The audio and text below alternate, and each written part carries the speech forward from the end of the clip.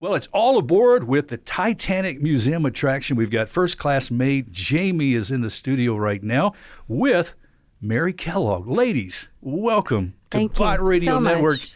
This is your home here in Branson, and I'm so Yes. excited to be here. And one of the exciting attractions, of course, when you come down 76 is the Titanic Museum Attraction. You can't miss it, Mary. No. Everybody says to me, why don't you have billboards on the highway? I go, the ship is a billboard. It's a billboard, right? And not only for our Memphis friends, I was telling you before we jumped on the microphones here, a lot of our Memphis folks like to go to East Tennessee, and they also like to come to Branson. So if you go to East Tennessee, for those listeners, you can enjoy the Titanic in Pigeon Forge. Right, we built a second one. Yeah. Yes. I didn't sleep for 18 months while we built this one. And then John, my husband, comes in and says, we're going to build a second one. And I go, well, where are we going to build that? And he goes, Pigeon Forge, Tennessee. And I went, well, where is that? Oh.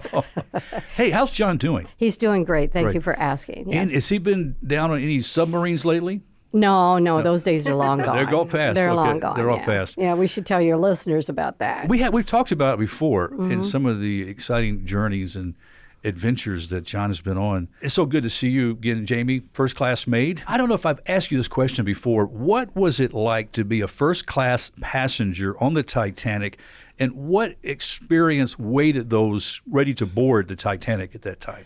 Okay, number one, obscene opulence is the name of the game in first class. Really, it was, because the Titanic already knows going in that they don't have the fastest engines. They can't get you there as fast as the competitors. But we're still in the throes of construction, and what we can do is outdo the competitor with style and luxury.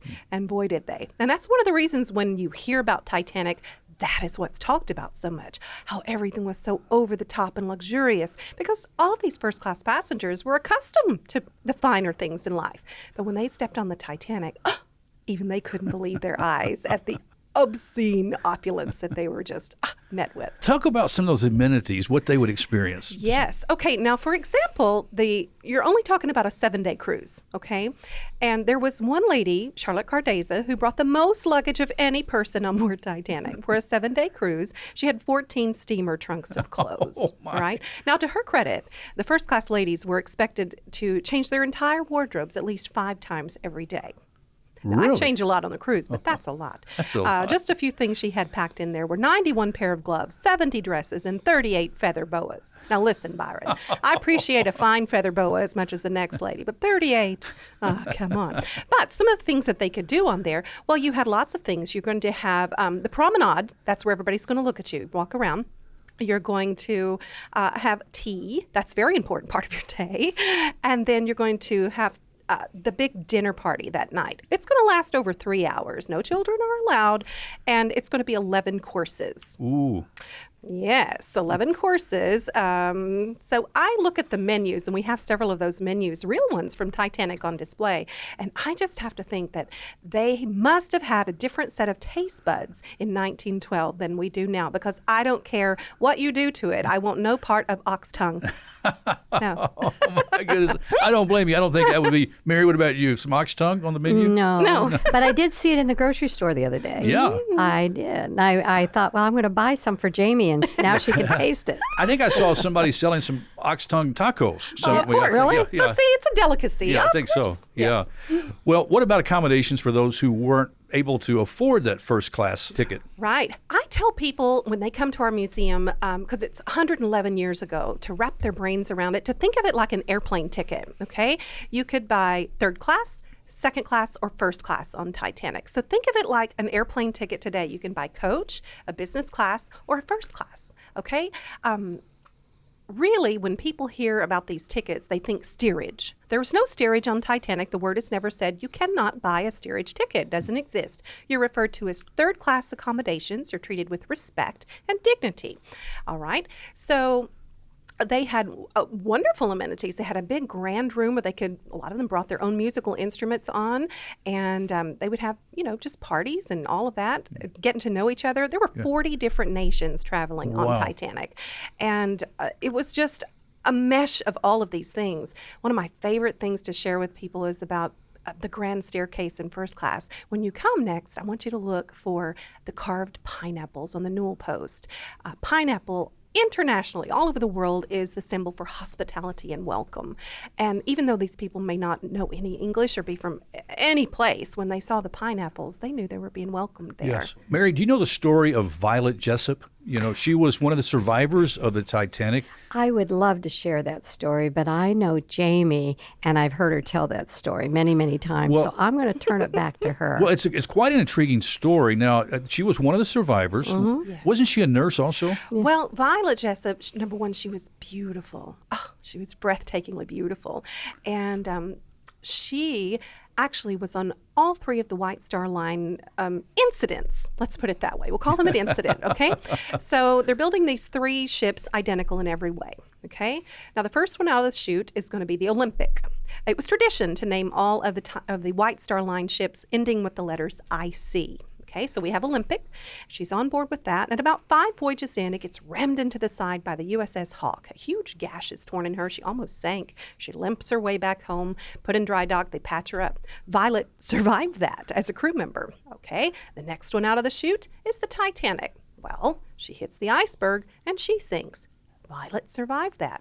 Well, that all went so good that she thinks, why not? Let me go on that third one. Now, the third one was going to be called the Gigantic. But after Titanic went down, the White Star Line thought that name might be a bit over the top, so they renamed her the Britannic. Now, the Britannic never did get to serve as a luxury liner. She was pressed into military service during the war, and she served as a hospital ship transporting soldiers. So, as a nurse, she went on, to go on to the Britannic.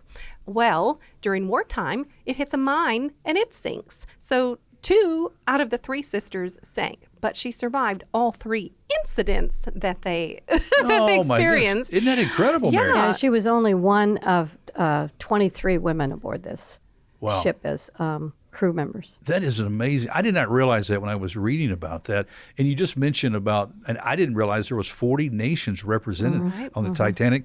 There was one passenger from Mexico, Manuel Ramirez, who gave up his seat to save someone else. Right. You would see that time and time again. And we just think, you can't say what you're going to do until you're sitting in that seat or you're standing there. You might think, oh, I would have done this if I were on Titanic. Not until you're standing there looking in the eyes of someone can you make that decision, Wow. Yes. Yeah. Okay, Mary, what's taking place on the Titanic here in Branson today? What's happening? Well, this, as I know you know, we start working on projects, 3 and 4 years ahead. Yes. So we have we know what we're doing in 2026 already. Right. So 23, we started in 20, and we identified that we'd like to pay tribute to the 135 children that were aboard the ship. Oh. So we went into a major research study, redid all of our boarding passes, and identified artifacts that we could bring in to the Titanic. And so that takes about 2 years, and then it takes another year for just developing the stories and where they're going to be placed. Yes. So as we began getting towards the end of it, I kind of called the whole staff together, and I kept saying, shoes for kids, because what we're getting is 2 descendant pairs of shoes that are being placed in each of the museums to tell their stories from their descendants. And so I kept saying, I see shoes for kids. There must be an organization that does that. Samaritan's Feet. And we found Samaritan's Feet. And the culture between the 2 companies parallel each other with faith and caring about people. And so we met with them. They're in Carolinas. Can I interrupt you right there for a second? Manny Homon, Manny, who is the founder of this. He's from Nigeria. He's been on the show. I've interviewed him on the show and back in Memphis. Very exuberant. An incredible story. Yes, I love Manny and the whole Samaritan's Feet story, how it began. We won't go there right now. No. But I was wondering, so this is really a special partnership for you guys. Oh, very. Yeah. In 3 days, we did over 1,000 kids. Wow. And we have scheduled another 2,000 in the next 2 weeks. Can you explain this process of how the Samaritan's Feet, what they do with these shoes? Sure.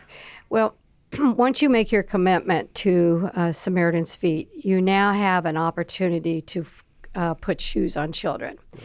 And the strategy that we went with, because getting into the schools today is really tough, and I understand why. Mm-hmm. And then we made a decision, let's go to the Boys and Girls Club. Mm-hmm. That's where the kids are. And we met with all the Boys and Girls Club. And now we work through the Boys and Girls Club. And you actually they identify the children. They bring them in. All the crew is there.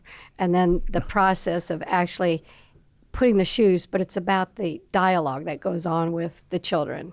And so I had a young little boy, and I said, "What do you want to do when you grow up?" And it was a young girl. Let me qualify that. It was a young girl. She said, "Well, I think I'd like to be a fire person." Oh. And I said, "Well, I think you need to reach higher than that. I think you could be a captain of the fire department." She'd never thought about that before. Oh. So I love that. And, and folks don't realize, how important shoes are. I mean, we put them on our feet, and we've got multiple pairs in our homes, even for our children. But there's, feet around the world of children with a disease and what they can get through the foot who don't have shoes in other countries. That's why Samaritan's Feet is so important. But it also has a great message because the gospel is centered around their whole work. Mm-hmm. And when they present shoes to someone, they wash their feet. And then they're down at their feet, and they put these new... And they put the socks on. And they put the socks on. And then the shoes. Yes. But, Manny has done a great job with starting it over in Africa. And the great thing is we're helping another country because they make the shoes. Yes. And they're fantastic. Everybody would think, oh, they're just shoes. No, they're really, really very creative the way they're done. And yes. so not only do we help the children, but we're really helping Africa yes. build these shoes. I love the partnership. The connection is wonderful. Mm-hmm. It just says another great story of the Titanic Museum Attraction. And as folks come to Branson this summer, what are they going to experience, Jamie? Well, the one in Branson has been here for 17 years. Yeah. And we have just finished the largest changeover of artifacts since we opened. Every year we take things out, bring new things in. So there's always going to be something different every time you come. But this one, Byron, is the biggie. So if you've ever been to either Titanic, yeah. You've not been to it this time. You've got to come back. And it's exciting for the crew because we all learn new things. I always say the Titanic is the history lesson that never ends. Yes. Just never ends. I happened to be walking through the ship one day, and Jamie was giving a dissertation about one of the stories that she was sharing with them. And I heard the woman say to her, "Do you ever get tired of telling these stories?" And Jamie quickly came back and said, "No, you see, they're standing here next to me, saying to me, don't ever let them forget about me, Jamie." Yes. Wow. So inspiring, and they are so applicable, the lives that we learn from and the sacrifices that you mentioned that many made, like Mr. Ramirez. Okay, so getting tickets and coming to Branson, how do we do that? It's very simple, titanicattraction.com. Okay, I've got a final question for both you ladies, and we'll just start with Mary. Mary, what is, on a personal note, your favorite summertime adventure in Branson? Well, first of all, you need to set aside 5 days because it will take you that long to get through everything. Yeah. And I think I'd start my day with the theme park. Okay. And take action with all the Silver Dollar City. It was just named number one yes. theme park in the country. So we have that right in our own backyard.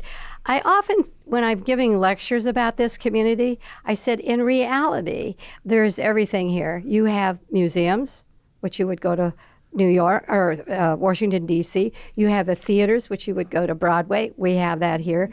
You have Walt Disney World. We have a theme park here. Yeah. You want museums? We got them. So I always say you can travel to all these destinations to take advantage of their specialties, but we have it all right here. Oh, I love that. I love that. How about for you, Jamie? Mine is going to be the food. I love all the food options in Branson. I could eat my way all the way through this town and have several times. And I love that new things are coming all the time. And I love to go to the lakes. I love all the lakes and the food. Aren't they beautiful? I love it. Surrounded by the Ozarks, too, Yeah. right? We have a home up in the hill, and 180 degrees we look at the lake. Yeah. I mean, it's just breathtakingly beautiful. Oh, that's awesome. Mm-hmm.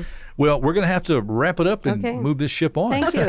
But We thanks, appreciate lady. it. Thank It's you, always lady. a pleasure. Always wonderful to see you, Thank you. Mary. Thank you, Thank Jamie. you, Byron.